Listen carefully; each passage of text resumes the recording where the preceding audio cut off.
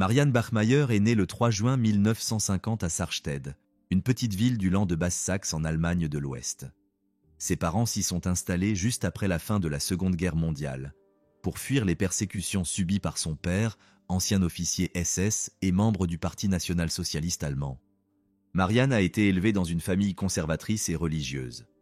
D'après la rumeur, elle n'a pas eu une enfance heureuse en raison de cette situation. Son père était autoritaire, violent et alcoolique. Il passait plus de temps dans un bar proche de la maison qu'avec sa famille. Sa mère, quant à elle, ne manifestait aucune émotion ni inquiétude à l'égard de sa fille. Leur contact était très rare et elles ne passaient pratiquement pas de temps ensemble. Sa mère ne semblait pas du tout intéressée par ses activités. Au fil du temps, la dépendance à l'alcool a rendu le père de la jeune fille encore plus agressif envers sa famille. C'est pour cette raison que sa mère a décidé de le quitter.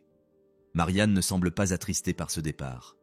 Au contraire, elle pensait enfin pouvoir devenir libre et heureuse. Mais sa mère se remaria bientôt à un autre homme qui se révéla tout aussi violent que son père. Marianne s'est souvent opposée à ce dernier, le qualifiant de dictateur. Malheureusement, au lieu de prendre son parti, la mère de la jeune fille a toujours soutenu son mari et, lors d'une des nombreuses disputes, l'a chassé de la maison. Une fois dans la rue, Marianne a été victime à plusieurs reprises d'actes illégaux de la part de différents individus. À la suite de l'un de ces incidents, elle est tombée enceinte. En 1966, à l'âge de 16 ans, elle a donné naissance à son premier enfant. Faute d'un logement convenable et d'un revenu régulier, Madame Bachmeier a été contrainte de faire adopter son premier-né. 2 années après, la jeune fille se retrouve de nouveau enceinte du même jeune homme qu'elle fréquentait à ce moment-là. Malgré des relations malsaines avec ce dernier, Marianne a tenu à conserver le fœtus. Cependant, peu après la naissance du bébé, elle a été victime d'une agression physique de la part d'un homme inconnu. Cette expérience désagréable a provoqué de nombreux problèmes psychologiques chez la jeune fille. De plus, son compagnon a décidé de la quitter, la laissant seule avec un enfant sans moyen de subsistance. Elle a donc dû le confier à nouveau à une famille d'accueil. Au bout d'un certain temps, Madame Bachmeier abandonne complètement l'école et commence à chercher un emploi pour subvenir à ses besoins. C'est à cette occasion qu'elle rencontre Christian Bethold. Il était le gérant du bar où elle avait commencé à travailler. Peu de temps après, ils ont commencé à sortir ensemble. Quelques mois plus tard, la jeune fille tombe enceinte de son 3e enfant. Cette fois, elle était prête à s'occuper de son éducation car elle disposait d'une source de revenus permanente. Christian n'était toutefois pas d'accord avec cette décision et les 2 jeunes gens ont mis fin à leur relation. Il convient de noter que le fait de se séparer du père de l'enfant n'a en rien affecté la décision de Marianne d'accoucher. Le 14 novembre 1972, la jeune fille donne naissance à son 3e enfant, une fille appelée Anna. La mère de Marianne exige qu'elle abandonne cet enfant ainsi que les 2 autres, mais Marianne refuse. Elle n'aurait pas pu supporter le remords d'abandonner une nouvelle fois son enfant. Bachmeier a donc pris la décision d'être une bonne mère. Elle a notamment subi une opération qui lui a ôté toute chance de concevoir. Comme elle l'a admis plus tard, c'était tout à fait normal à cette période. Depuis, la jeune fille et son enfant se sont installés à Lübeck. Malgré les difficultés rencontrées, Marianne se sentait heureuse. Anna était la seule personne de sa vie qui ne lui voulait pas de mal et ne lui en faisait pas. Néanmoins, pour pouvoir élever seule sa fille, Marianne a dû l'emmener avec elle au bar. Elle ne pouvait donc s'occuper de son enfant que lors de ses rares pauses au travail. Les années passent et Anna prend de l'âge. Les proches de Madame Bachmeier ont remarqué qu'elle traitait sa fille comme une adulte, alors qu'elle n'était encore qu'une enfant. Elle lui demandait indépendance et responsabilité. Anna était quant à elle une enfant extravertie et créative. Elle était souvent livrée à elle-même, surtout les jours où sa mère travaillait tard dans la nuit et dormait ensuite toute la journée. Marianne sait que ce mode de vie n'est pas adapté à l'éducation d'un enfant. Elle envisageait même de placer Anna dans une famille d'accueil, mais elle faisait tout pour éviter d'y penser. Cela dit, Anna, âgée de 7 ans, profitait pleinement de cette liberté. Elle a exploré leur quartier, se promenant seule ici et là. Elle a rencontré diverses personnes, dont certaines avaient manifestement des intentions contradictoires, et a joué avec les animaux domestiques. C'est ainsi qu'elle s'est retrouvée dans une situation délicate. Les faits se sont produits le 5 mai 1980. Marianne se serait disputée avec sa fille parce que celle-ci s'était réveillée de mauvaise humeur et avait décidé de sécher l'école. La jeune fille a dit qu'elle voulait aller au parc pour jouer avec ses amis. Finalement, Marianne a cédé et a laissé Anna partir, sans se douter de ses véritables intentions. Ce soir-là, en rentrant du travail, Marianne a remarqué qu'elle n'était toujours pas rentrée. Elle attendit encore quelques heures dans l'espoir de la voir réapparaître, mais elle ne donna aucun signe de vie. Marianne a alors décidé de sortir dans la rue pour essayer de la retrouver par ses propres moyens. Elle a interrogé certains des amis de sa fille, ainsi que leurs parents, dans l'espoir de découvrir quoi que ce soit sur le lieu où Anna pouvait se trouver. Mais personne ne savait rien. Elle avait tout simplement disparu. Consciente qu'elle ne pouvait pas agir seule, Madame Bachmeier a contacté les forces de l'ordre et a signalé l'incident. Le lendemain, une autre personne perturbée s'est présentée au poste de police pour dénoncer son futur fiancé. Elle a déclaré que son colocataire avait apparemment commis le meurtre d'une fille qui venait parfois jouer avec les chats dans leur appartement. Il lui avait en tout cas avoué les faits. Elle a notamment ajouté que la jeune fille s'appelait Anna. Après avoir écouté le témoignage de la femme, la police a conclu qu'un homme de 35 ans, Klaus, était bel et bien l'auteur du meurtre et qu'il s'était ensuite senti coupable. En d'autres termes, sa conscience ne le laissait pas en paix. Il a donc raconté en détail à sa fiancée ce qui s'était passé. Selon elle, cela a provoqué une grande dispute entre eux, à la suite de laquelle Klaus s'est rendu dans l'un des bars et a bu jusqu'à perdre connaissance. L'homme était déjà sous le coup d'une enquête judiciaire. Il avait déjà été condamné pour atteinte à l'intégrité sexuelle de 2 jeunes filles. Pendant sa détention, une évaluation psychologique a été menée dont les résultats ont montré qu'il présentait une dépendance à l'attirance pour les mineurs. Il était également pratiquement incapable de se maîtriser. En conséquence, le délinquant a été envoyé dans un centre de soins psychologiques plutôt que dans une prison. Après plusieurs années, les autorités lui ont proposé une castration chimique très douteuse en échange d'une libération anticipée. Klaus a accepté sans trop réfléchir. Il convient de noter que cette procédure est et a toujours été pratiquement indolore. En effet, la personne qui a commis ces actes ou d'autres actes illégaux reçoit une série d'injections contenant un médicament qui réduit l'activité des hormones responsables de l'excitation et de l'attirance. Selon cette théorie, un criminel ayant subi une telle correction ne commettrait plus jamais d'atrocité. Cependant, selon les experts modernes, une telle mesure n'est pas en mesure d'éliminer complètement les pensées obsessionnelles et les fantasmes d'un individu.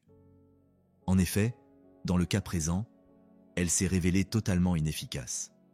Cela est dû au fait que la procédure décrite ci-dessus était facilement réversible. Néanmoins, Klaus a été libéré et, peu de temps après, il n'a plus été soumis au contrôle des autorités. Plusieurs années plus tard, Grabowski a suivi une thérapie hormonale afin d'inverser les effets de la castration chimique et d'augmenter son taux de testostérone. Les forces de l'ordre n'ont généralement pas découragé cette démarche. Cela est principalement dû au fait qu'il leur a déclaré vouloir fonder une famille. Il se donnait ainsi l'image d'un homme menant une vie normale et épanouie. Afin de maintenir cette image et de gagner sa vie, il a ouvert une petite boucherie. Au fil du temps, il a presque été oublié par son entourage. Le lendemain du meurtre d'Anna, la police se présente chez Klaus, mais il a pris la poudre d'escampette. Il a emporté le corps de la jeune fille et laissé un mot à sa fiancée. Il lui demande de le rejoindre le soir même dans un bar afin de discuter de la situation. Les autorités profitent de l'occasion pour l'arrêter dès qu'il se présente au bar. Immédiatement après son arrestation, Grabowski a déclaré qu'il n'avait pas l'intention de toucher Anna au départ. Il s'est défendu de la manière la plus dégoûtante qui soit. Selon lui, c'est la fillette de 7 ans qui a commencé à le séduire et à lui extorquer de l'argent. Il a affirmé que la fillette l'avait manipulé en lui disant qu'elle parlerait à sa mère de sa tentative d'attouchement. Klaus a ensuite indiqué qu'il avait caché le corps de la victime dans une boîte en carton qu'il avait laissée sur la rive d'un canal voisin. Marianne est choquée et anéantie lorsque les autorités viennent lui annoncer la mort tragique de sa fille. Pourtant, la pire phase de sa vie n'est pas encore terminée. Au cours du long procès, elle a dû écouter les dépositions de plusieurs témoins qui ont tous affirmé qu'elle était une mauvaise mère et que sa fille grandissait pratiquement dans la rue. Selon les personnes interrogées, un tel incident aurait pu se produire à tout moment, car la mère de la jeune fille travaillait dans un bar jusqu'à des heures tardives et était donc rarement à la maison. Ces paroles ont blessé M. Bachmeier, déjà brisé et en colère. Ce qui lui fait le plus de peine, c'est que l'accusé échappe à la responsabilité de ses actes et à la punition qu'il mérite. Il était évident pour presque tout le monde que Klaus souffrait de troubles mentaux qui l'empêchèrent de faire de la prison.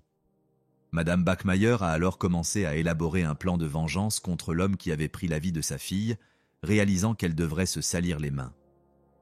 Klaus a pour sa part continué de défendre sa position, soulignant qu'Anna l'avait séduit, puis lui avait extorqué de l'argent en le manipulant et en le menaçant. Il a déclaré que c'était ce comportement qui l'avait motivé à commettre le crime. Il a ajouté qu'il l'avait fait pour éviter la prison. Après avoir entendu le faux témoignage de Grabowski, Marianne n'avait trouvé d'autre solution à ce moment-là que d'acheter une arme à feu. Elle a donc acheté une arme et s'est entraînée à tirer pendant plusieurs mois en cachette de ses proches. Elle a accompli cette prouesse en cachette de ses proches pour que personne ne se doute de rien. Elle a pris conscience qu'elle ne pouvait plus supporter les affirmations mensongères de l'auteur. Sa patience avait tout simplement atteint ses limites. Nous sommes le 6 mars 1981. Ce jour-là, Marianne entre dans la salle du tribunal de district de Lübeck vers 10 h du matin, avec quelques minutes de retard. Son visage n'exprime pratiquement aucune émotion, sa posture est droite et ses mains sont plongées dans les poches de son manteau clair. Elle s'arrête à quelques mètres de Klaus et se tient derrière lui, comme une statue. À ce stade, la procédure était en cours et tout avançait. D'une manière ou d'une autre, elle est parvenue à emporter avec elle le pistolet Beretta, célèbre dans le monde entier. On ne sait toujours pas comment elle a réussi à franchir tous les cordons de sécurité, même selon les normes actuelles. Marianne a eu l'impression que le temps s'était arrêté. Cette sensation n'a duré que quelques secondes. Puis, elle a senti qu'il y avait une opportunité d'agir. C'est à ce moment-là que l'assassin de sa fille faisait une nouvelle déposition. L'homme faisait face au juge sans se rendre compte de ce qui se passait dans son dos. À ce moment-là, Madame Bachmeier avait déjà sorti le pistolet de sa poche droite et, en un clin d'œil, elle a tiré une série de coups de feu ciblés en appuyant 8 fois sur la gâchette. Seules 7 des 8 balles ont atteint Grabowski, qui s'est effondré sur le sol presque immédiatement. La 8e balle est restée coincée dans le canon. Elle est restée coincée. Certains membres du public ont interprété cet événement comme une manifestation de justice divine, puisque le nombre de 7 projectiles correspond à l'âge d'Anna. L'expression du visage de cette dernière restait la même. Elle exprime une fois de plus sa détermination. Elle n'a pas tenté de s'échapper et n'a pas résisté lors de son arrestation par les gardes. Bientôt, l'un des officiers de justice s'est approché de Klaus et lui a confirmé qu'il ne pouvait être secouru. Marianne a alors manifesté un soulagement, ce qui contraste fortement avec les émotions qu'elle avait précédemment ressenties. Bien entendu, l'histoire est loin de s'arrêter là. Devant elle, l'attendait le procès qui allait s'ouvrir. Les personnes qui ont vu Marianne ou qui ont été en contact avec elle pendant cette période ont convenu qu'elle était plongée dans une sorte de transe, essayant de comprendre ce qui lui était arrivé ainsi qu'à sa fille. Compte tenu de cet état d'esprit, le psychiatre judiciaire a procédé à un examen préliminaire pour tenter d'établir un diagnostic ou d'émettre des hypothèses quant à ce qui se passait dans son esprit. Dans le cadre de cet examen, il lui a donné une feuille de papier et un stylo, puis lui a demandé d'écrire quelque chose. Le spécialiste analysait l'écriture, mais n'a bien sûr pas expliqué le but de l'expérience à la personne examinée. Marianne a alors pris un crayon et écrit « Je l'ai fait pour toi, Anna ». À côté de cette phrase, elle a dessiné 7 cœurs, un pour chaque année de sa vie ou pour chaque balle qui a touché Klaus. Le lendemain, tous les journaux allemands ont publié une photo de Marianne Bachmeier, surnommée la mère vengeresse. Cela n'a rien de surprenant car il s'agit probablement de l'un des cas de lynchage les plus célèbres du continent européen. L'affaire a par ailleurs largement été couverte par les médias européens et mondiaux. Plusieurs équipes de télévision de toute l'Europe se sont notamment rendues à Lübeck pendant une longue période. Peu après l'incident, Marianne a été jugée pour le meurtre de Klaus Grabowski. Au cours du procès, elle a déclaré qu'elle n'avait pas pleinement conscience de la situation et de ses actes. Selon elle, elle était plongée dans une sorte de rêve. Elle a même affirmé avoir vu sa fille qui serait passée à côté d'elle dans la salle d'audience. En outre, Madame Bachmeier a tenu des propos ouvertement contradictoires, ce qui a encore plus entaché sa crédibilité aux yeux du juge. Elle a ainsi affirmé avoir acheté l'arme à feu dans le but de se faire du mal. Cette version n'a toutefois convaincu personne dans la salle d'audience. Tout le monde pense qu'elle s'est entraînée à tirer avec une arme à feu pendant longtemps avant de l'utiliser ce jour-là. Malgré cela, De nombreuses personnes dans le monde ont soutenu l'accusée, estimant qu'elle avait agi par légitime défense et qu'elle n'avait pas donné aux criminels la possibilité de regagner la liberté. Parallèlement, certains considéraient Marianne comme une criminelle qui n'avait pas droit à la justice. Certains l'ont qualifiée de meurtrière, mais aussi de mauvaise mère irresponsable ayant fait adopter 2 enfants. En mars 1983, Marianne Bachmeier est reconnue coupable d'homicide involontaire et de possession illégale d'une arme à feu non enregistrée, après une longue délibération. La peine combinée pour les 2 chefs d'accusation est de 6 ans de prison. Pendant que la jeune fille était en prison, de nombreux citoyens lui ont envoyé des fleurs, des bonbons, ainsi que des lettres de soutien et de sympathie. Toutefois, d'autres personnes ont estimé que l'État ne devait pas tolérer la justice privée, quelle que soit la situation.